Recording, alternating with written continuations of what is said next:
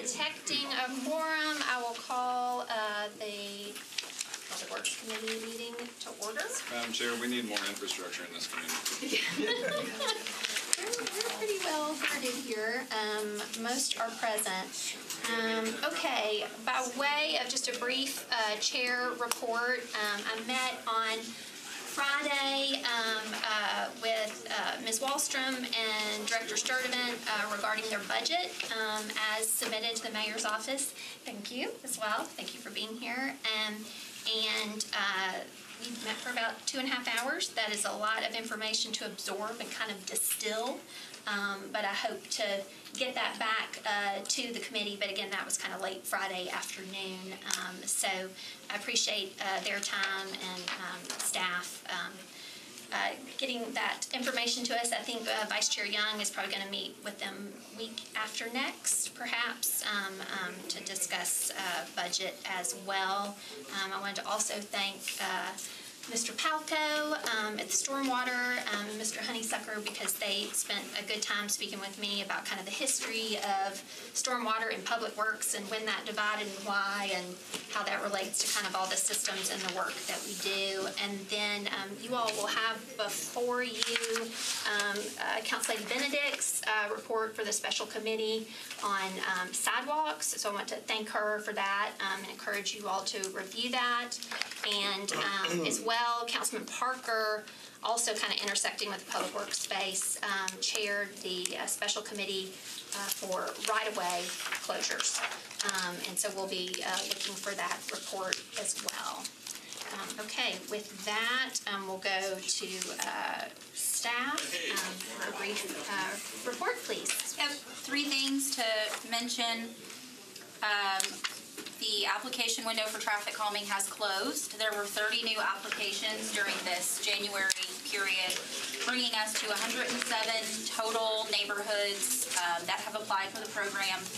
The tubes will be out. If people are asking you about tubes on the street, the little black thin tubes that run across the roadways, those are collecting volume and speed. Am I right about that? Okay. And we hope to have all of that data collected and selections made by mid to late March. So our program manager for that program will be reaching out to both the selected and not selected neighborhoods to let them know where they stand. Tree sale is ongoing. The deadline for this window is March 17th to get trees delivered on March 30th. You can go to the Public Works website to get more information on that. And then Sharon's here, but I just wanted to mention that we are going to be launching a pretty robust recycling contamination campaign basically starting now, but really launching in a few weeks, hoping to minimize the amount of contamination in our recycling so that we can get as clean of materials as possible. We're emphasizing quality of recyclables over quantity of recyclables, and she can give you more information about that if you have more questions. Anything else to share just briefly on that front? Yeah, no, just sort of reiterate, this is really important for us as we look at expanding collection to help people to understand. So one thing that we're going to be doing is really trying to clarify, to remove some of the confusion that's out there, particularly on plastic. So there will be more pictures, better explanations. I think it will be, and it's something that I will share with Councilmember Henderson for you all to see as we develop the material. Great, I appreciate that. I have a question. Thanks. Oh, yes, sir. So with the recycling education, is that just going to be geared for curbside recycling? Because I've seen a lot of issues with the bins. No, it will be for everything. We're hoping to do a countywide mailer out to kind of identify and explain for people both the curbside material and the drop-off material. Because some folks that have curbside, they still go to the drop-offs with their glass, so we want to make sure everybody knows this is the clean material you need to recycle. Thank you. And so I appreciate Sharon's time as well. She and I have been talking about kind of the needs in this space, the changing kind of market dynamics, also the education as we've kind of changed what plastic we accept. And to that end, we have spoken about it a few times. We had the special meeting regarding the potential kind of amendment to the recycling contract that was before us earlier, or has not yet been before us. And so Sharon and I were discussing what a special committee on solid waste and recycling. So that would be a subcommittee of the Public Works Committee. And Council Lady Allen has very kindly agreed to chair that subcommittee. And so Sharon and I and Council Lady Allen will be kind of working on what the charge of that committee will be, what we need to kind of be considering and thinking about. So if you will let me know if you are interested in serving on that subcommittee. We are a committee of 12, so I think we probably want to keep that committee at about 5 or so. But I think there is a lot of stuff under the Public Works umbrella. As we've seen with the special committee work on sidewalks. We've got stormwater, we got water, we got recycling and waste. So I think it is a good idea to have some subcommittees that can either, continue the work of the special committees or bring that under that umbrella, and then also some new initiatives. So I want to thank Council Lady Allen for that, and thank you, staff, for that update. Alrighty, with that, let's move into the agenda. RS 2020-164, Mendez and Roberts approves a contract between the Metro Government and Civic Engineering and Information Technologies, Inc. to provide software maintenance consisting of enterprise land management, e-permits, electric plans review, queue management, contractor licensing management, geographic information systems, aka GIS, CityWorks PLL software, which is permits, licensing, and land, and related customizations and interfaces. I asked colleagues for this to be referred to our committee because it intersects Public Works and Stormwater in the development services space. So anyway, but do I have a motion? Motion. Second. Okay. Alrighty. Any questions for staff? I see Mr. Durbin from ITS, and I guess as well. Michelle Lang was here somewhere. Okay. And Ms. Lane over there, thank you. Went to an open seat. And so, I was not able to watch Budget and Finance yesterday, so I don't know if anything kind of came up there and was discussed, but I did ask this to be referred here, again, because it intersects Public Works a little bit. So, sidewalk sign-off, or, you've got your driveway culvert, or I think infrastructure bonding, right? That system, this system intersects there. But also, I was, I think, a little confused and not quite understanding our separate AMS system, our asset management system, where we do our right-of-way permitting. So that had come to my attention through our special committee for right-of-way management. And so I had understood that contractor purchase order had expired. And so that we were kind of working on a as-needed basis to kind of update that system, but that was lagging behind. And so I had wondered, were these all tied? There's a long list of stuff that was included there, Mr. Durbin, so I had thought perhaps that AMS and right-of-way program was under that umbrella. So that was one of the reasons I kind of brought that here to just inquire about that as well. Sure. Yeah. So what this is for the existing, any legacy work that Civic Engineering has done around these systems, including, and the big one is CityWorks permits, licensing land, PLL, and kind of its subsidiary components. Back 7 or 8 years ago now, when we went to replace the Kiva system, we looked at and did an RFP, Civic won it, for putting CityWorks PLL in place. As we worked with departments and agencies on what requirements they had to be able to do their job, it became clear at that time that CityWorks PLL out of the box, which we always want to go out of the box when we can, was not going to meet the bill.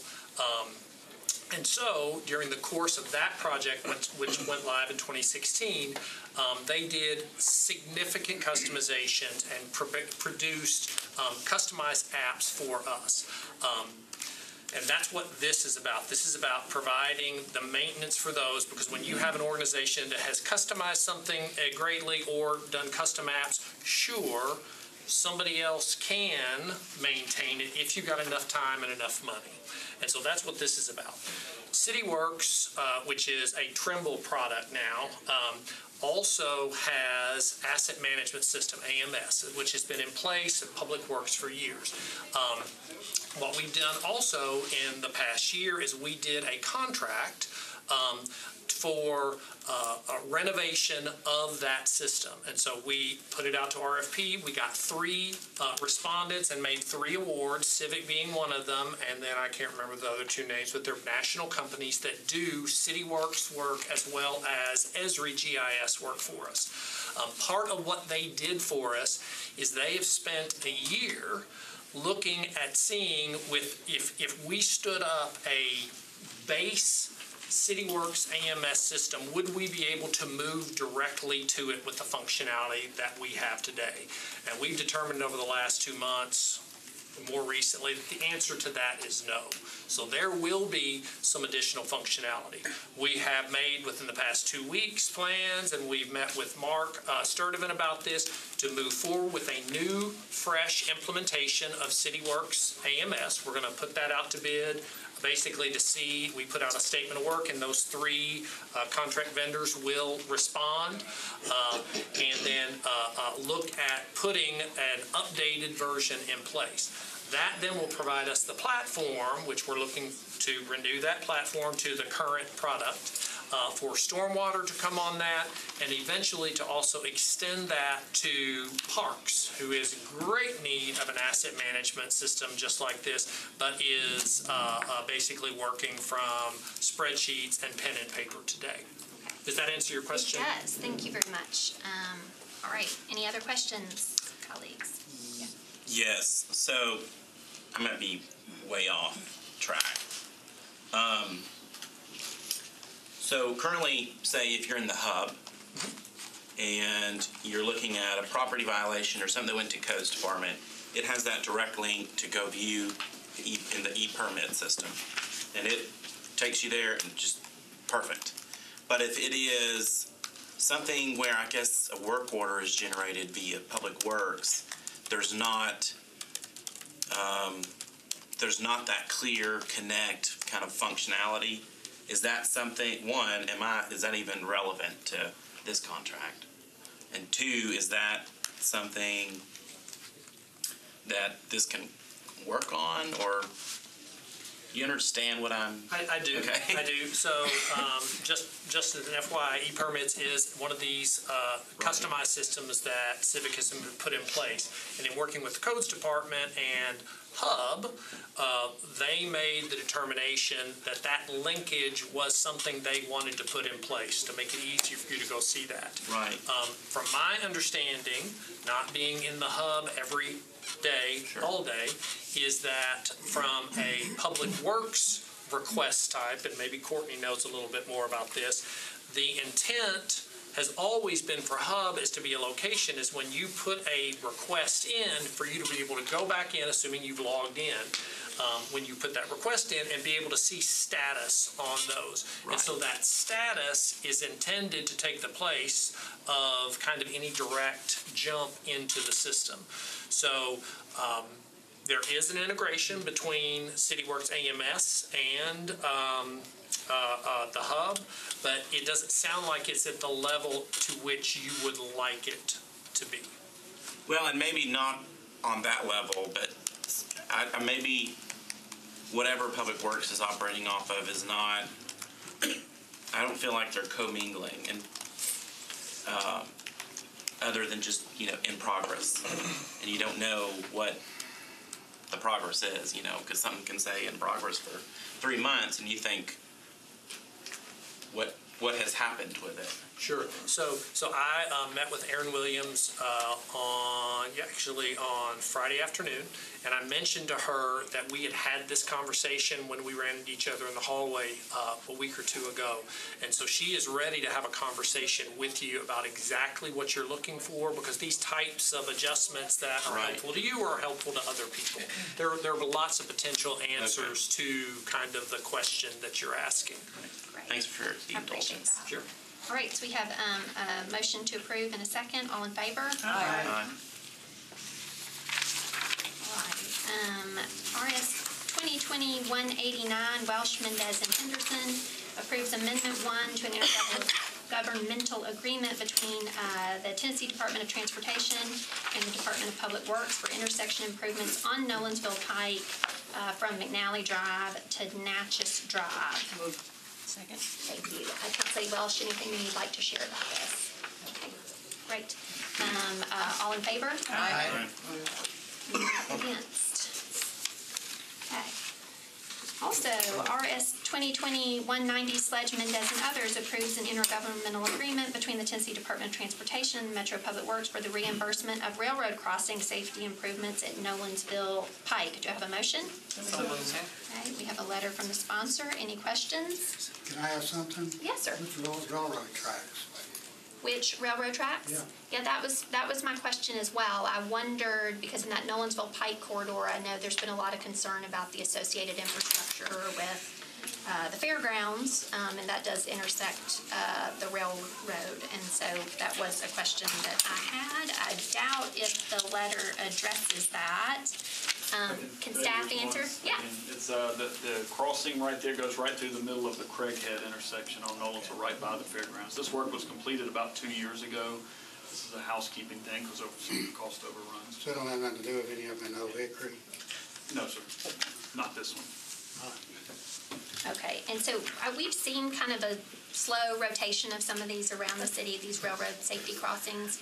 What are those specifically, I mean, not specific to each one, but typically what are those entailing, and is TDOT just going countywide on those, or? It is. This is a federal safety program administered by TDOT, so a crossing has to meet certain crash thresholds. Thresholds are not very high. We've seen some very, we don't have crashes at railroad crossings every day, fortunately, so, but they do go back and it has to have some crash experience. If they select those, it will trigger it, and then we'll go out with them and do a site review. In this case, we try to parlay it into as much improvement as we can get out of the state, and in this case, they rebuilt the signal there at Nolensville Road and to put some preemption, some safety upgrades, so we look for opportunities to do that, and in this one, we were able to do that. And do we anticipate with potentially increased traffic at the fairgrounds? I know this was 2 years ago, but I know there's been some concern about kind of ingress, egress. Anytime I'm over there, it just seems really kind of complicated. If we add lanes or do different things, what are the implications for this existing improvement? If it required lanes to be added or changed, there's a potential that it would have to be reworked again. Okay. Alrighty, any other questions? All in favor? Aye. Okay. Any against? Okay, RS 2020-191, Mendez, Henderson, and others approves Amendment 1 to an agreement between the U.S. Department of the Army and the Metro Water Sewerage Services. Would that be the Army Corps of Engineers? Yes. Okay. For the Mill Creek Flood Risk Management Project in Davidson County. Do I have a motion? So moved. Okay. Any questions? Briefly, Mr. Palco, what is this amendment? What are we doing here? The original agreement was signed in December 2017, and it has two parts. One is bridge enhancement at Bradley Parkway. The other part is home buyout. The idea was that the Corps would reimburse us 65% of our costs as we went along. Their language wasn't right in the first agreement. They're fixing the language so they can pay us for the 7 houses that we've already bought, so they can pay us as we go instead of waiting until the end of the project. Okay, pay as we go. Okay. as we go. Pay We would us like as that. we go. We like that, absolutely. All in favor of that? Aye. Any against that? No, of course not. Okay. All right, we move on. That's the end of our resolutions. We move on to bills on second reading. BL 2020-116, Hager, Pulley, and others. An ordinance, Title 13 of the Metro Code, to provide for a modern symbol of access for disabled persons to be used on Metro government property and rights of way. Do I have a motion? Okay, any discussion? Madam Chair, there is an amendment. Yes, thank The you. question came up the last time about how many were left, and I think Diane had indicated there was about 150 left, but they have been going to be used up, so I ask that you move the amendment as well once we move the whole bill. Alrighty, so Second. The amendment. motion and a second on the amendment. All in favor of the amendment? Aye. Okay. Now, all in favor of the bill as amended? Aye. Thank you. Thank you. Don't go speeding now in your wheelchair. Okay. All righty. This bill, I believe, also has an amendment. Is that correct? 154 it does. It's the exhibits to the bill. Okay. 152 first. No, actually, yeah, 152 also has an amendment. So, Sorry. okay. BL 2020-152, Hart and O'Connell provides the honorary street name designation of Reverend Ben Sweat Way for a portion of Cheatham Place. I have an amendment. Council Lady Hurt, would you like to just share with us about this resolution as well as the amendment? Yes, this is just two different names that's actually in the resolution, and we wanted to be consistent and make sure that we call it Reverend Benjamin Sweat or Reverend Ben Sweat, whichever one that's chosen is the one that we'll use, just about the consistency of it. Okay, I appreciate And that. it will be the Reverend Benjamin Sweat Way. And who is Reverend Sweat? Reverend Sweat is a former pastor of Mount Bethel Church.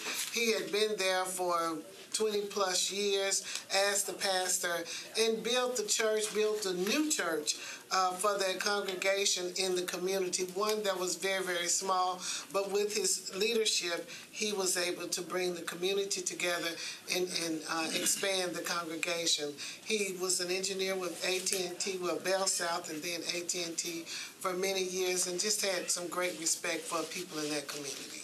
That's good to hear. Okay. I apologize, I didn't have a proper motion before us. I think she was explaining the amendment. Yeah, amendment moved and seconded. And then can I have a motion for the bill as amended? Okay. Yeah, I think we just moved the amendment before we did. Then I may have done that a little out of order. I apologize. Okay, so to approve the bill as amended, all in favor? Aye. Okay, any against? Okay, thank you, Council Lady Hurt. Okay, moving on to BL 2020-154, O'Connell, Mendez, and others approves Amendment 2 to the lease agreement between Metro Public Works and OP 611 Commerce Property LLC related to parking spaces in the Metro Government's parking facility located at 151 6th Avenue North. Move the amendment. Okay. And the amendment is just changing some exhibits, right? Adding exhibits, yeah, which were not on the bill originally. Okay. All those in favor of the amendment? Aye. Okay. And now do I have a motion for the bill as amended? So moved. Second. Okay. Any questions about this, or Councilman O'Connell or staff, anything you want to share? This is the library garage. That's the same question I asked yesterday, if that's okay. I just want to make sure that those 50 spaces are not being used now, and that's not public parking spaces that we're now turning over to private use so that people will have a hard time finding a space when they come to the library. I can answer that. Tara Ladd with Metro Legal. Good afternoon, everyone. The way the lease is written, they have an option to take those 50 spaces. As of right now, they have not opted to take the 50 spaces, so they remain in general population use. They have a 30 days notice provision, so if they write us within 30 days and say, hey, we decided we need 2 more, they can take anywhere from 1 up to the 50 spaces. And then if they, after 30 days, decides they don't need that much, they could then scale it back, and any scale back is a permanent reduction for them, so they lose those spaces if they ever decide to scale back. So as it stands today, as you vote, those spaces are still in use for general population because they...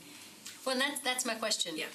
If the general population is using those today, Right. and they say we want all 50 of those, then are we going to be short 50 spaces that the general population needs?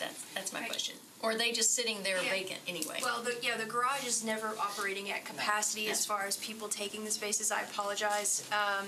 So there would not be an overlap there. Let me ask. Is it never operating at capacity? Because I've been there and gone all the way up to the top of the new thing and been like, oh, here's the last 3 spaces available. I mean, it's It's a big event usually, It was right? a big event, Right. but Normally what they're doing is they're monitoring the parking management system for the number of monthly parkers that they have. So once they get close to the number of monthly parkers that they have, then they can cap the number of people that are coming in off the street. So they're monitoring the monthly parkers because that's a promise to us that they're going to pay. So they need to have those spaces available. And then all remaining spaces are open to the public. I guess maybe what I would ask by way of a related follow-up is, at this point, what percentage of the new capacity is encumbered by some type of agreement, right? Like, we added 200 spaces a couple years ago, or I guess last year. How many of those new spaces are now encumbered by a parking agreement? So the total spaces in the garage, it looks like, is 1,362. Okay. By the time you take out there's valet spaces in there apparently. For the Renaissance Hotel. That leaves you with total available spaces of 1,110. Okay. So, and we already had some encumbrance prior to the new capacity, but that new capacity, it sounds like, has not really fully been Correct. newly encumbered. And just as a little bit of background, I think this is really helpful information, especially if you're looking at this from a financial perspective. The way this amendment originally came about is because they came to us and they wanted to nest those spaces. They're 175. What nesting means is that they could put a barricade up and basically section those spaces off. And the benefit we're getting before, if they didn't nest, we were getting the benefit of those spaces when they left at 5 or 6 p.m. and those spaces were being used. The way the lease was written, they absolutely had the right to nest those spaces. And so that's what reopened the negotiation, because if they had nested, we ran the numbers and determined that we would lose our potential impact would be $660,000 based on and it doesn't seem like that big of an impact, but you get that piece. Yes, it does. Yeah. Well, I mean, without hearing that number, you hear 50 spaces, and the message I'm trying to bring in is it was actually renegotiated for a very good reason. And I think it's very fair given the fact that we were potentially going to be operating at a major deficit if we didn't enter into this. So I think the 50 was a very good give, considering they're paying market rate and what we were up against if they had exercised their legal rights under the agreement. Yes. Do I also understand, based on the analysis that showed that those spaces do open up after 6 p.m. to the public? Yeah, that's what that. But they wouldn't have been Sorry, I able just to had they nested. They would have just been beyond a barrier, so that we would have completely lost those spaces. That's okay. And the revenue in this garage annually is?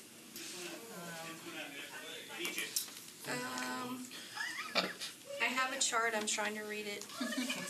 6.8 million. 6.8 million. Wow. Okay, way to go, Kristen. You got there first. Yeah, sorry. There's a lot of numbers on this Does sheet. that remain in Public Works operational budget, or does it go into the general fund, or where does this wind up going? We actually split this with Downtown Partnership. Because they actually have the operational. They are doing the operating, okay. I appreciate that. And one last question, so OP 611 Commerce Property, whatever, is that, to whom do we also afford the opportunity to have spaces? I mean, so why this company, these 50 spaces? I mean, is that open for everybody if you'd like to have 15? This company, so this was a contract we entered into in 2013. And this contract, this lease agreement is for 99 years with this entity that was then reassigned to OP. There's a reassignment clause which allows this. So Who was it before? It was Rogers Welch. Welch. Rogers Welch. Rogers Welch, Ted Welch, and why did we do that? Was he had an adjacent office building or something? We already had an agreement with them, a parking agreement, but it was a shorter term agreement. They were looking to, they owned 4 floors of the Renaissance Hotel. Okay. And they were looking to sell that, but they needed a long-term parking agreement in order to be able to sell that and the owner to get financing. And so this entity here is the successor in interest to that prior company. Interesting. Okay. Any other questions? Was there anything else you wanted to mention? No, we're good. Okay. All right. All in favor of the bill as amended? Aye. Any against? Okay.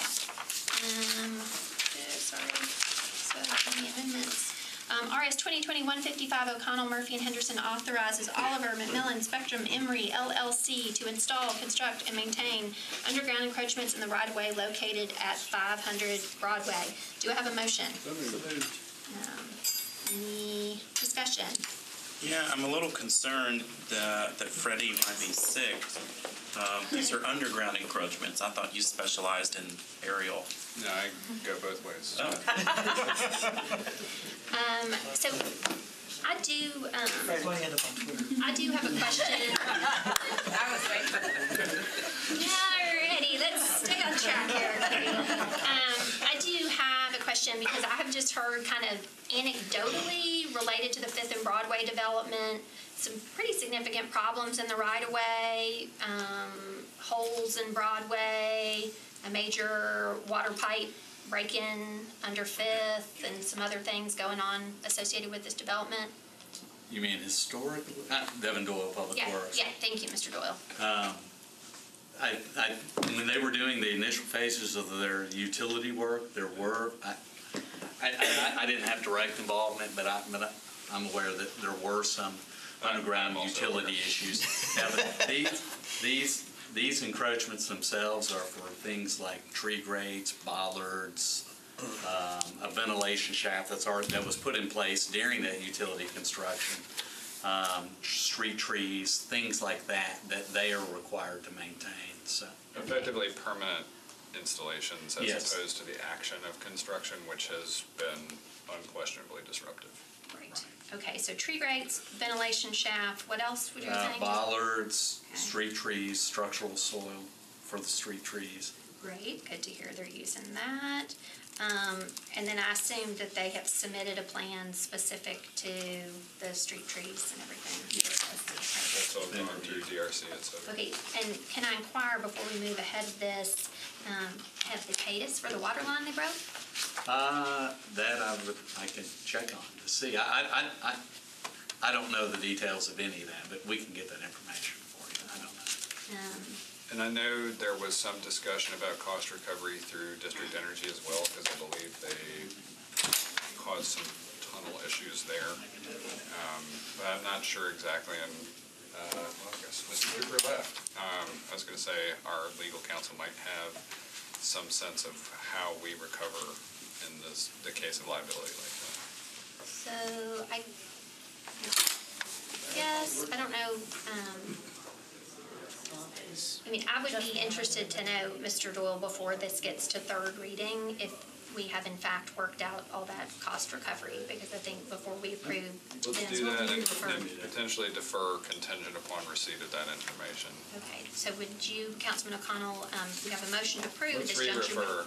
Okay, I'll move to approve and re-refer to Public Works with the expectation that we get committee, an update on any infrastructure damage and cost. okay, I appreciate that. Excellent motion.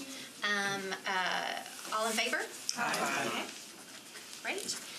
BL 2020-156 O'Connell, Murphy, and Henderson authorizes 7th Avenue Hotel Owner LLC to install, construct, and maintain underground encroachments in the right-of-way located at 710 Demumbrian. I will move approval with a brief comment if you don't mind. Yes, please. This Do we one. have a second? Oh, yeah, there you go. Thank you. Unlike some of the other encroachments that, occasionally raise eyebrows of Councilmember Young, this one stands apart because it is for a bicycle kiosk, which I know has been in long-time demand for residents of that area adjacent to and part of Capitol View, so I'm excited about this particular encroachment. Great, that's good to hear. So that brings us to, anybody from Public Works, 37 total bicycle kiosks now? Not know that.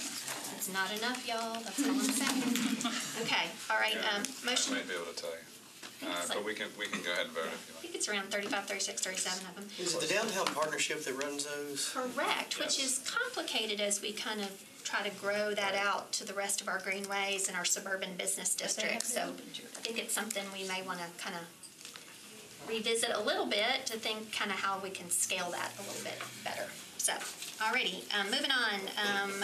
Motion to approve, all in favor? Aye. Okay, any against? All right, BL 2020-157, O'Connell Murphy Henderson authorizes Nashville Downtown Partnership, speaking of, to install, construct, oh, you know what, Councilman? I think maybe. Was I off by one? Sorry. I apologize. I should have maybe combined these two. So 156 then was not regarding recycling? Yeah, sorry. I was looking at 157 as I was hearing 156. That was me, was off by one. Okay. Anyway, ignore everything I said about 156 and apply it to 157. Apply it to 157. Mr. Doyle, I guess the only thing I would say about 156 and DeMumbry and not knowing quite where that is, but I would assume all the approvals for this takes into account the new design for the DeMumbrian bikeway, correct? Yes. This is not on the DeMumbrian Hill section where we've had the It's most not. trouble. This is closer in. I appreciate that. By Okay. basically by the, closer to the convention center. And these are within the sidewalk adjacent to the structure itself, so Got it. they're Okay. out of any. Good to know. All right, so 2020-157 authorizes Downtown Partnership to install, construct, and maintain underground encroachments in the right-of-way located at 200B Lifeway Plaza, a B-cycle station. Motion to approve. Second. And also, I would ask Mr. Doyle or Ms. Stone for staff, it would be helpful to us. I know you might not know at the time, but I mean, just to say, you know, for the purposes of B-cycle station, or if on the other one for tree grates, ventilation shaft, bollards, and structural soil. Like, To include that. yeah, to include that. That'd just be helpful, I think, and help us kind of move along and answer any questions. Okay. 2020, oh, did we vote? Did we vote? We already voted. Yeah, we did already vote. Yeah, voted to approve. Okay. 2020-158, Roberts, Murphy, and Henderson abandons existing easement rights located at 4918B Michigan Avenue between alley number 1206 and Michigan Avenue, formerly known as 50th Avenue North. Okay, folks, what I'm going to do is what remains on this agenda are abandoning easements and sanitary sewers, and so I'm going to combine 158, 159, 160, and 161. So I have to read them for the record, but I'm going to just got to combine them in a mini consent agenda. I see Councilman Taylor here regarding 161. Are you okay with that? Anything you wanted to say about yours or? Administrative. Administrative. Okay. Alrighty. So I have read 158 about B Michigan Avenue, and then now 159 abandons existing easement rights located between 701 7th Avenue South and 700 8th Avenue South, south of Fog Street and north of alley number 196, formerly known as alley 160. BL 2020-160 abandons existing sanitary sewer mains, sanitary sewer manholes, and easements, and to accept new sanitary sewer mains, sanitary sewer manholes, and easements for properties located at 801 12th Avenue South. And Bill 161, Taylor, Murphy, and Henderson, abandons existing sanitary sewer main, a sanitary sewer manhole, and easements for properties located along Clifton Avenue. Do I have a motion to approve 158, 159, 160, and 161? Okay, all in favor? Aye. Okay, we are adjourned. All right.